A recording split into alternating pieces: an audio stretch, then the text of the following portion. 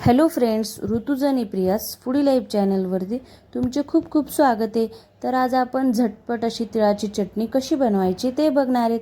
ही चटणी तुम्ही स्टोअर करूनही ठेवू शकतात आणि ही चटणी तुम्ही जेवणासोबत पराठ्यासोबत खाऊ शकतात. तर यासाठी मी सर्वात प्रथम इथे शेंगदाणे भाजून घेतले आहेत. शेंगदाणे व्यवस्थित असे भाजून त्यांचे वरची जी कवर आहे साल ती व्यवस्थित साफ करून घ्यायचे आहेत. त्यानंतर इथे आपण एक तीळ घ्यायचं आहे आणि तिळीलाही व्यवस्थित असं भाजून घ्यायचं जोपर्यंत तिचा असा खमंग वास येत नाही तोपर्यंत. आणि इकडे आपण शेंगदाण्यांना व्यवस्थित असं साफ करून घ्यायचं आहे. इकडे तीळही आपलं भाजत चाललं आहे. याच्यात जास्त काही इन्ग्रेडियंट्स लागत नाही. तीळ थोडंसं असं वास यायला लागलं की त्याला साईडला काढून घ्यायचं आहे. त्यानंतर मी इथे 1 स्पून भर असा जिरं भाजून घेतलं आहे. जिरं पण मस्त असं भाजून घ्यायचं आहे.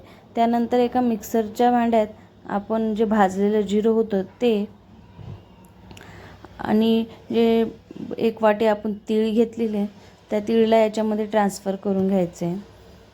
त्यानंतर जी शेंगदाण्याची आपण साफ करून घेतलेली ती याच्यात ॲड करायची आहे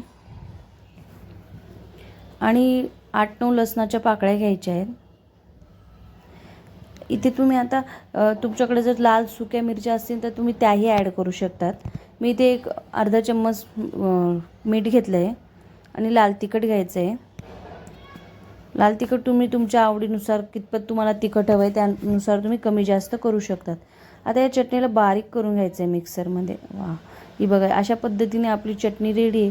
तुम्ही हिला पराठ्यासोबत खाऊ शकता. खूप मस्त लागते. एकदा जेवणासोबत जेवणाची चव वाढवणारी अशी चटणी एकदा नक्की ट्राय करा आणि चॅनलला सबस्क्राईब नक्की करा. Bye friends.